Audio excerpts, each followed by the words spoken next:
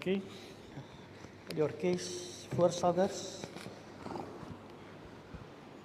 Waardeer julle.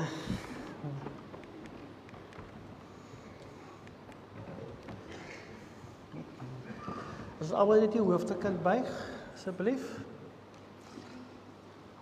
Almagtige Hemelmeester, dankie dat U U woord vir ons vanaand kom gee, om in elke hart te kon spreek, Here, sodat die woord soos die brood, Here, oopgebreek kan word, want U is die brood van die lewe. U is die lewende water, my God, dat elkeen vanaand uit hierdie lewende fontein kom drink, Here. Maak elke hart aanvanklik om die saad te ontvang van die woord, sodat die saad op voorbereide grond mag val, my God. En mag die vrug wat daarin kom, my God, veelvoudig sal word, sodat U daardeur verheerlik mag word. Ons vra dit alles in die kosbare naam van ons Jesus Christus. Amen. Ek wil graag uit Lukas 13 uitlees vanaand, waarvan ek net 2 versies wil voorhou. Verse 27 en 28. En hy sal sê, ek sê vir julle, ek ken julle nie, waar julle vandaan is nie. Gaan weg van my, al julle werkers van die ongeregtigheid. Daar sal geween wees en geknars wees van tande, wanneer julle Abraham en Isak en Jakob en al die profete in die koninkryk van God sal sien, maar julle self uitgedryf buitentoe. Vanaand wil ek graag aan u my persoonlike getuienis aan u voorbring. Maar voordat ek dit doen, wil ek graag die getuienis van Jesus Christus eers vir julle bekend maak. En ek wil graag noem 3 tuine wat ek op die tafel wil plaas. Ek wil die Kedronspruit op die tafel plaas en Golgotha. Want hierdie gebeurtenisse het dit moontlik gemaak dat ek vanaand 'n getuienis het. Kan iemand vir my sê vanaand, wat is vanaand se datum? Ag, wonderlik, 21ste. Vir party mense is dit 'n gewone dag. Maar as dalk iemand van sy verjaarsdag vandag, as ek reg onthou, is iemand wat vandag verjaar. Dit kan die huweliksherdenking wees. Vir my is dit my geestelike geboortedatum. 21 April 1935, 39 jaar gelede, het daar 'n onvergeetlike verandering in my lewe plaasgevind. Maar voordat ek my eie getuienis vanaand aan u wil bring, kom ons begin by die tuine soos ek vir u voorgelê het. Ek gaan nie in diepte praat oor die tuin van Eden nie, maar almal weet van hierdie asemrowende mooi tuin wat in Galasiërs 2, wat deur God geskep is daar vir die mens en vir die ander lewende wesens en vir die plante. Die tuin gespreek van oorvloed, vrede, vreugde en daar was harmonie gewees. Totdat Satan, die ou slang, hierdie tuin betree het wat God so mooi geskep het. En hy daar die verhouding tussen God en mens skade aangerig. So het die Satan het reg gekry om die val van die mens te bewerkstellig. En daarom is dit belangrik geweest vir Jesus om sy kruisuittog ook te kon begin het by 'n tuin. Die tuin van Eden het die Satan die mens mislei om na 'n boom toe om te lei tot die dood toe. Maar in hierdie tuin het Jesus Christus die mens gelei na die kruis om vir ons die lewe te gee in oorvloed.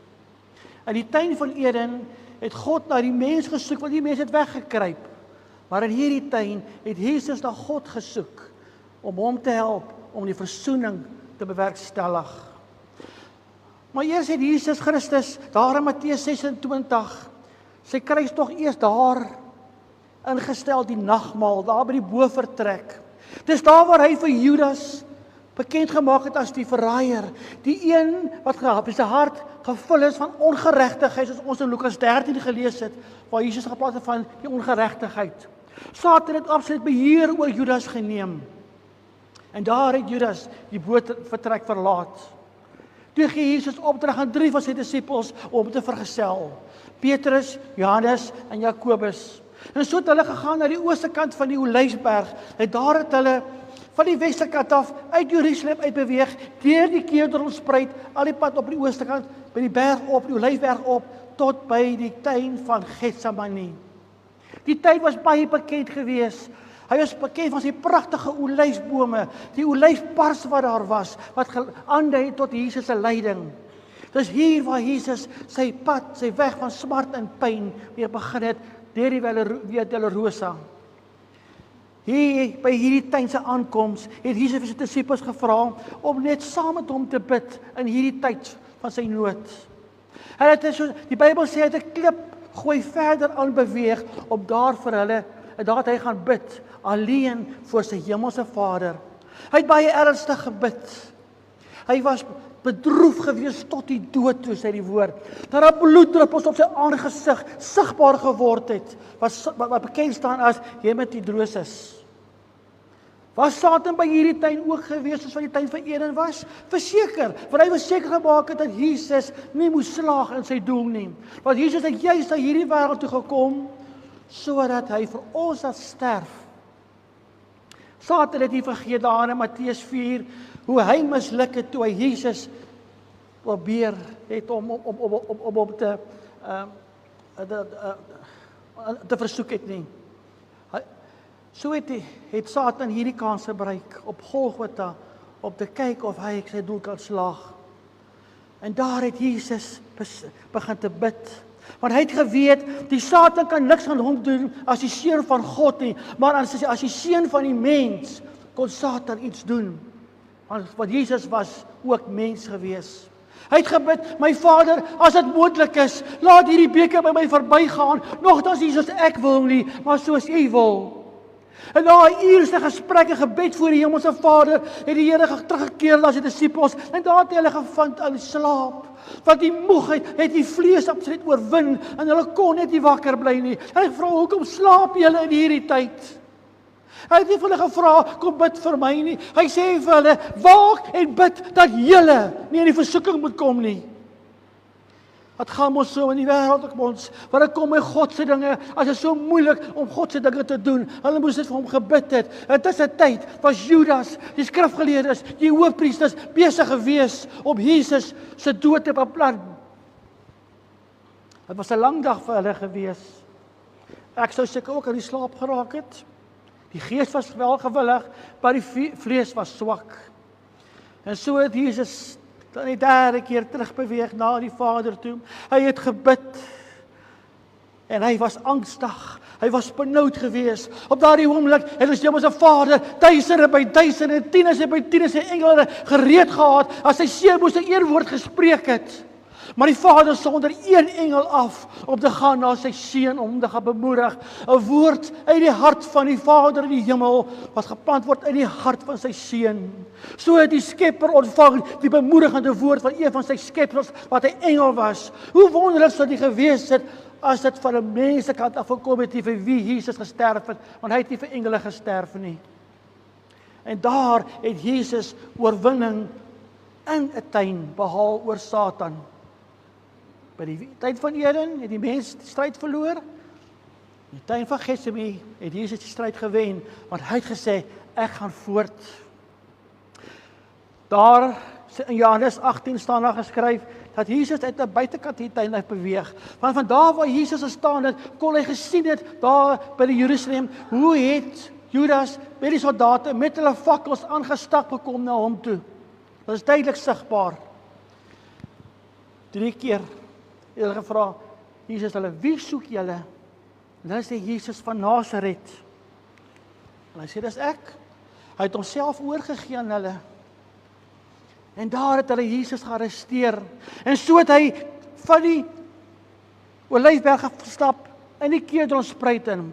Die Kidronspruit is nie, as jy baie boodskappe oor dit nie.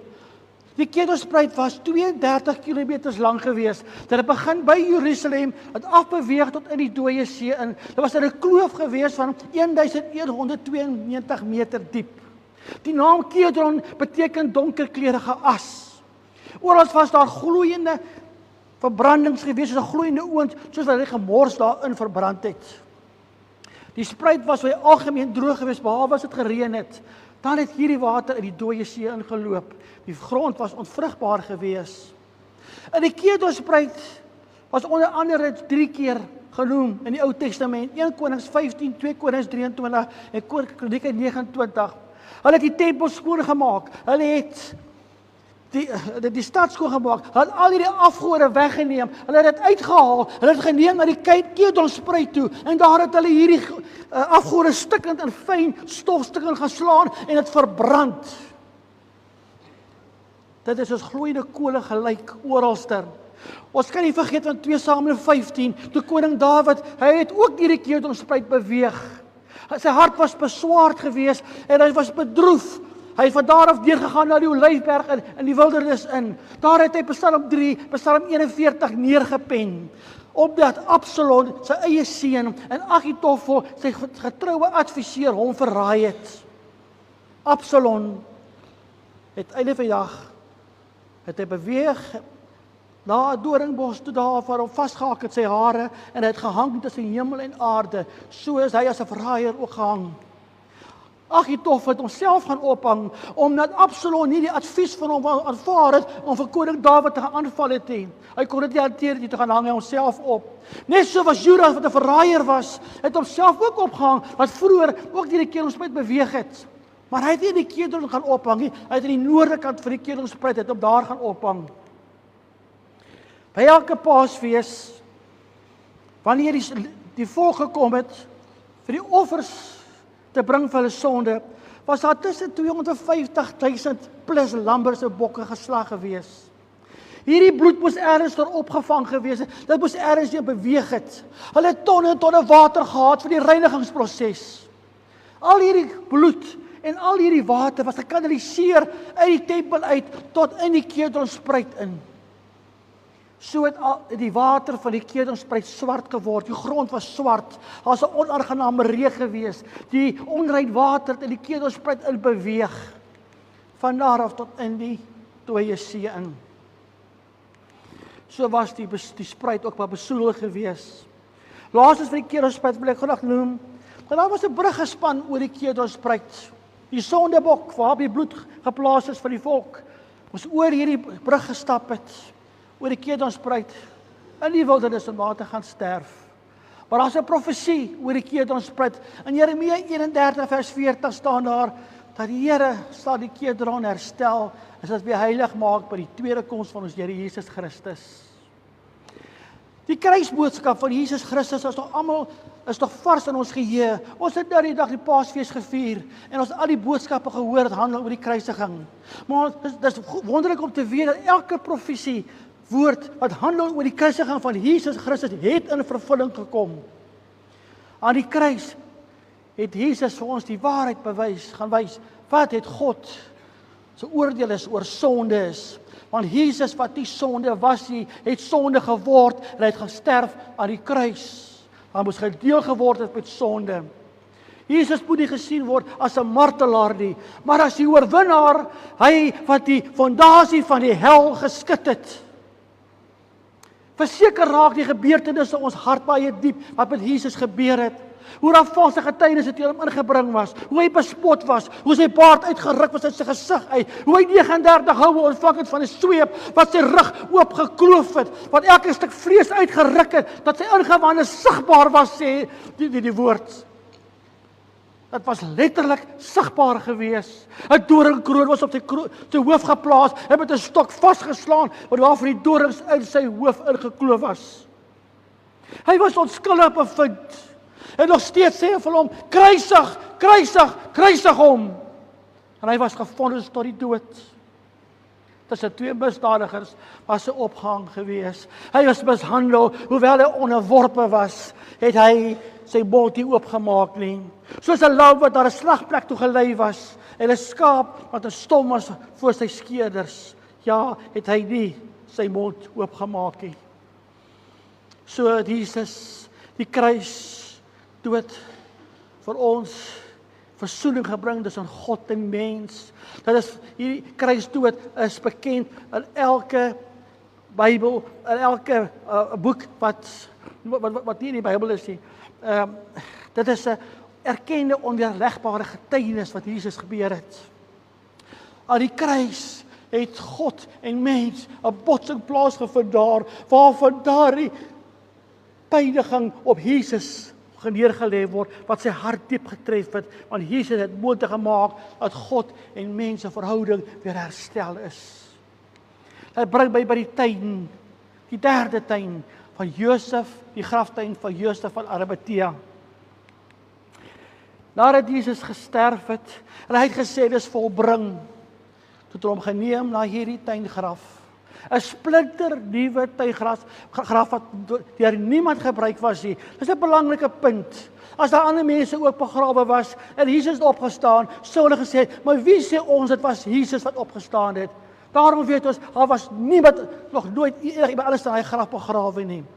In hierdie splinter nuwe tuingraf het Jesus uit die dood het opgestaan, hy het die dood oorwin, hy het Satan oorwin, hy het sonde oorwin.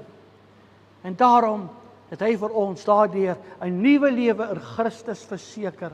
'n Kopdoek wat netjies opgevou is, wat sê, dis afgehandel. Die tuin het die einde gebring van Satan se mag oor die mens. Ons gee God al die eer wat hy vir ons gedoen het. Dit bring my by die punt van die genade wat hy in my lewe kom toon het. 21 April 1985 was ek 'n 17-jarige jong man gewees. Daardie oomblik was my lewe, dit wat niks het sin gemaak nie.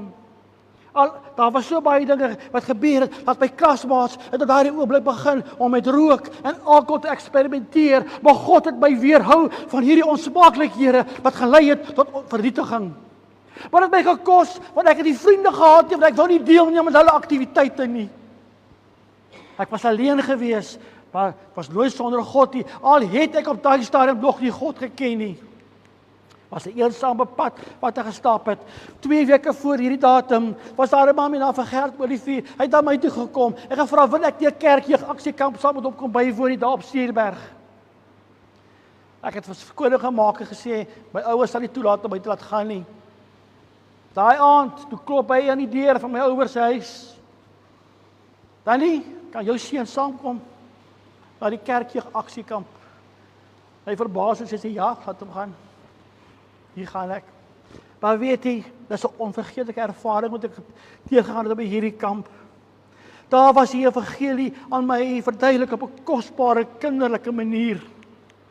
Dit begin sin maak waaroor gaan die evangelie. Daar was nie hoë woorde gebruik nie. Daar was nie terminologie gebruik gewees nie. Op 'n eenvoudigste manier het ek die woord van God aangehoor.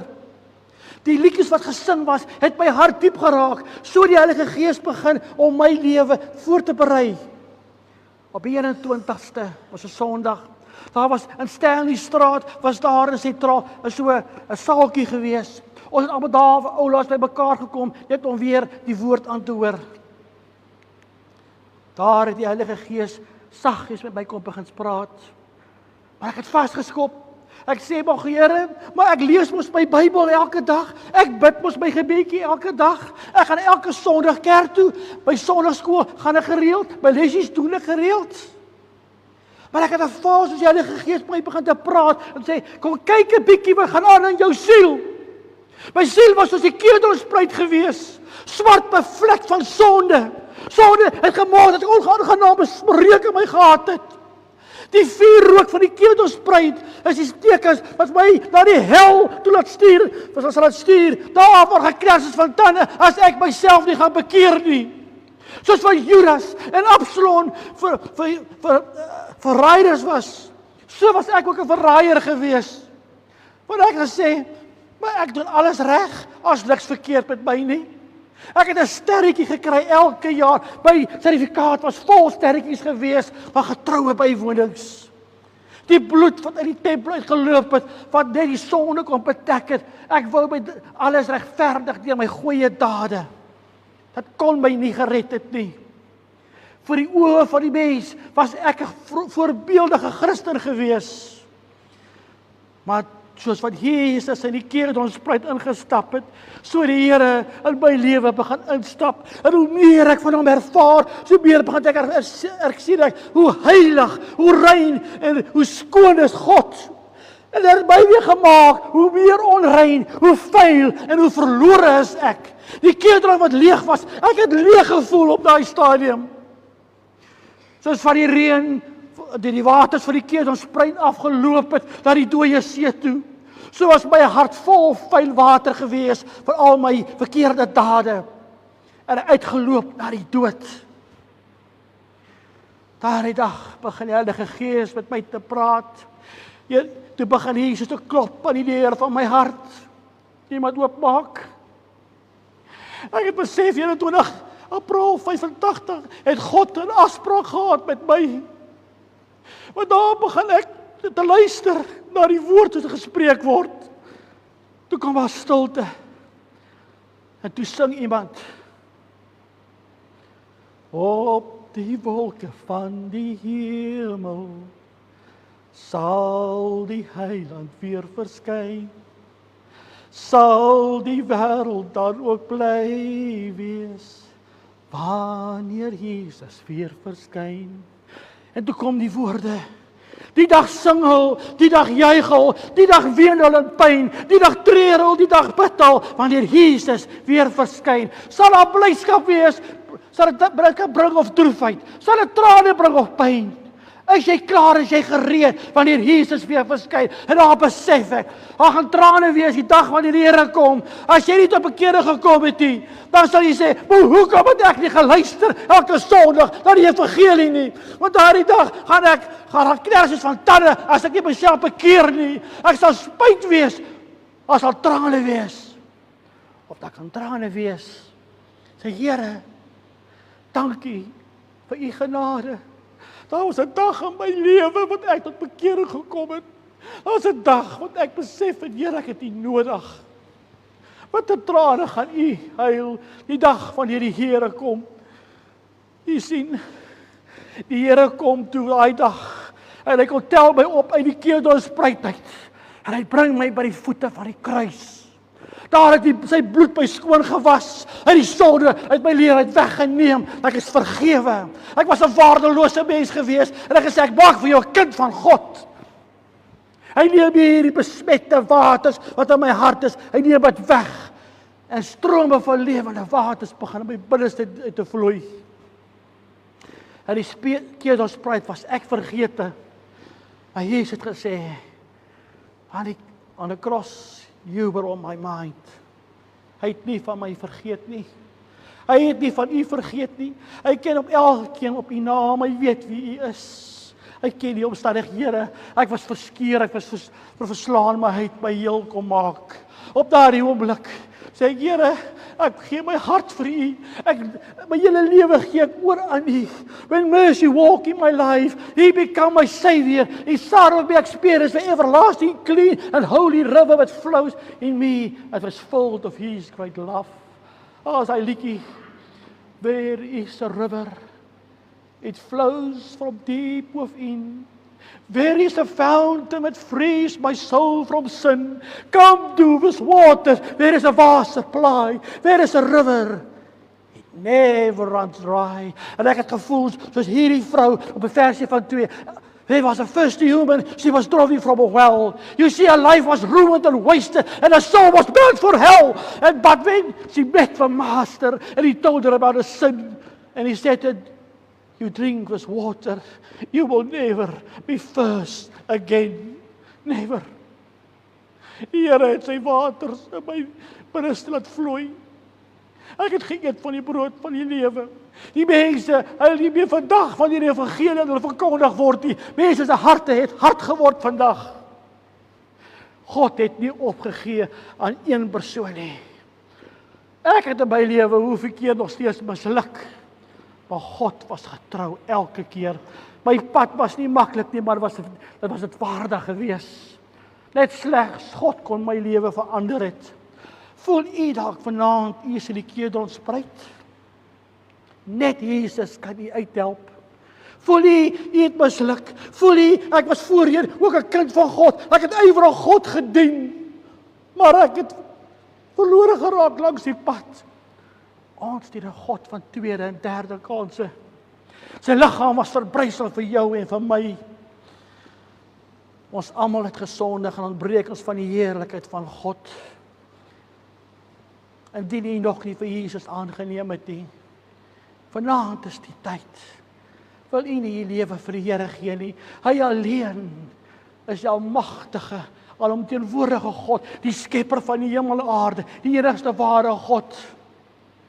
Hy leef, Hy leef, die graf is leeg. Ons Here het sy opgestaan, die Here. Sy naam, wat bo elke naam is, die enigste naam waaronder 'n mens gered kan word, dis die naam van Jesus Christus. Hy is lief vir u. Hy gee om. Roep hy vanaand u op u naam.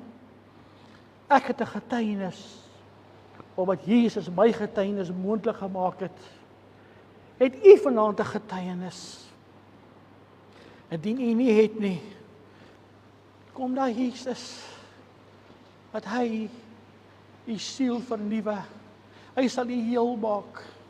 Hy sal u uit die kedelspruit uithaal. En hy sal die plaas by die voete aan die kruis. Hy het vir ons al reeds die oorwinning gegee. Vanaand is die geleentheid om u lewe met God reg te maak. Sy koms is naby. Ek wil almal net in die hoofde buig op hierdie oomblik asseblief. As daar enige iemand is hier wat vanaand sê, maar ek het ook eendag die Here gedien.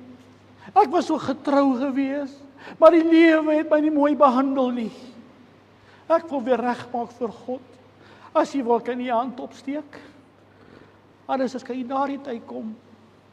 Maar daar is van die wat sê, maar ek is nog altyd in die ketelspruit gewees. Ek is tussen al hierdie vlamme. Ek is tussen al hierdie waters wat my so vuil maak. Ek wil nie uitkom.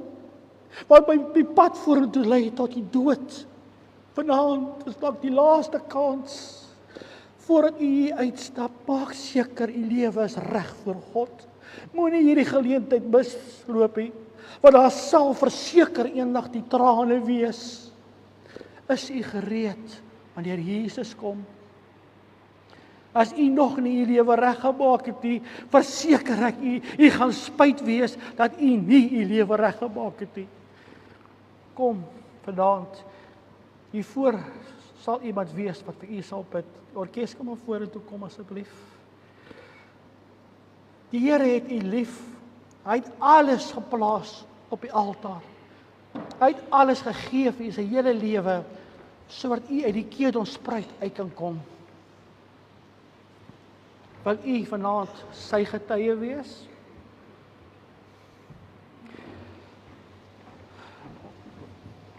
Kom ons sing die gepaste liedjie, Wasted years, oh well foolish, as you walk in darkness and fear.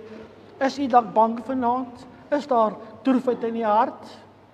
Hoeveel jaar het u verlore laat gaan? Moenie verder tyd mors nie. Vanaand roep die Here vir u. Amen. Kom staan asseblief.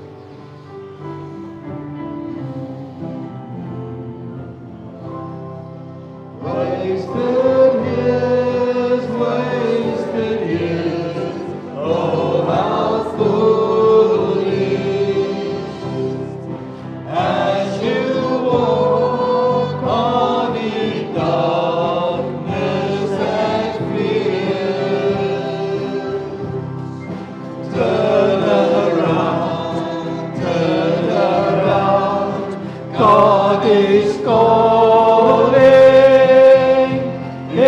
calling you from a life of wasted years. Lady Thomas, listen.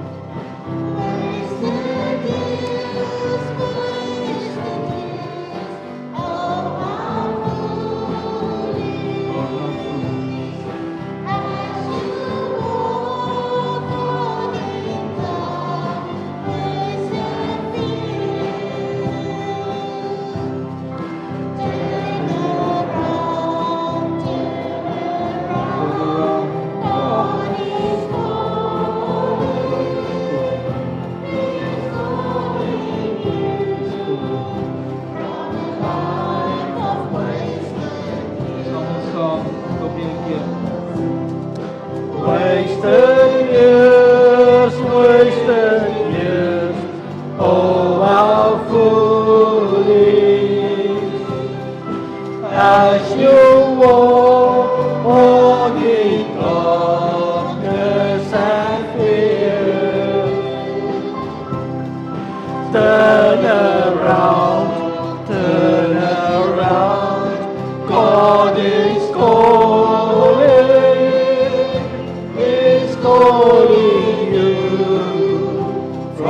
life of wasted years.